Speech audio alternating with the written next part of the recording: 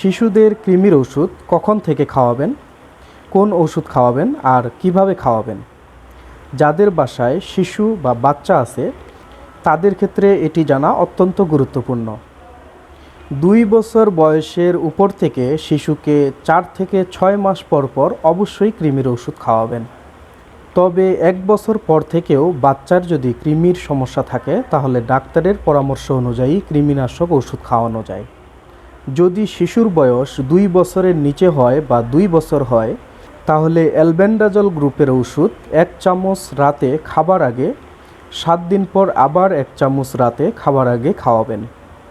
আর যদি বাচ্চার বয়স 2 বছরের বেশি হয় তাহলে অ্যালবেন্ডাজল গ্রুপের ওষুধ 2 চামচ করে রাতে খাবার আগে এবং 7 দিন পর আবার 2 চামচ রাতে খাবার আগে খাওয়াবেন। আর যদি বেশি সমস্যা হয় তাহলে অবশ্যই একজন ডাক্তারের পরামর্শ নেবেন। ধন্যবাদ। সুস্থ থাকবেন, ভালো থাকবেন। আসসালামু আলাইকুম।